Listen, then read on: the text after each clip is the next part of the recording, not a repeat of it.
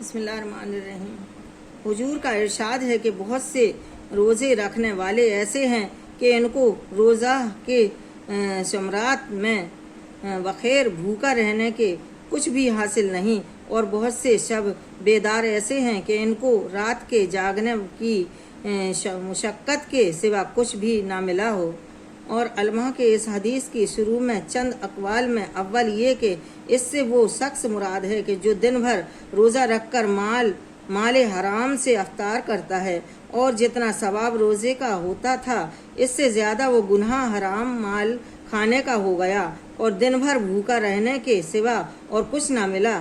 دوسرے یہ کہ وہ شخص مراد ہے کہ جو روزہ رکھتا ہے لیکن غیبت میں بھی مبتلا رہتا ہے، جس کا بیان آگے آ رہا ہے۔ تیسرے اقوال یہ کہ روزے کے اندر گناہ وغیرہ سے احتراز نہیں کرتا۔ نبی اکرم صلی اللہ علیہ وسلم کے ارشادات جمع ہوتے ہیں، یہ سب صورتیں اس میں داخل ہیں، اور ان کے علاوہ بھی اس طرح جاگنے کا حال یہ ہے کہ رات بھر شب بیداری کی مگر تفسیر تھوڑی سی غیبت یا کوئی اور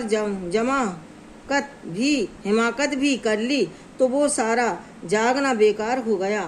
مثلا صبح کی نماز ہی قضا کر دی، یا محض ریا اور شہرت کے لیے جاگا تو وہ بیکار ہے۔ حضور کا ارشاد ہے کہ روزہ آدمی کے لیے ڈھال ہے جب تک اس کو پھاڑ نہ ڈالے۔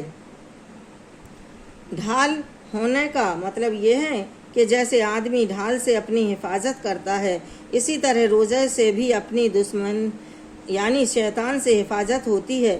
ایک روایت میں آیا ہے کہ روزہ حفاظت ہے اور اللہ کے عذاب سے، دوسری روایت میں ہے کہ روزہ جہنم سے حفاظت ہے۔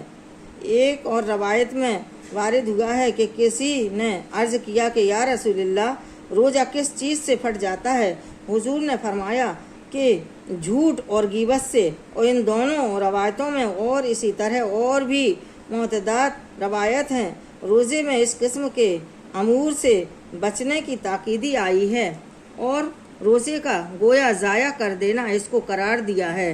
ہمارے اس زمانے میں روزے کے کاٹنے کے لیے مشغلہ اس کو قرار دیا جاتا ہے، اور وہی تواہی تیری میری باتیں شروع کر دی جا رہی ہیں، اور بعد علماء کے نزدیک جھوٹ اور غیبت سے روزہ ٹوٹ جاتا ہے۔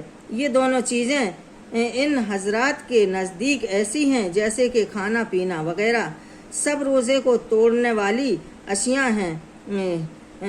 جمہور کے نزدیک اگرچہ روزہ نہیں ٹوٹتا مگر روزے کے برکات جاتے رہتے ہیں، تو کسی کو بھی انکار نہیں ہوتا ہے۔ سبحان اللہ۔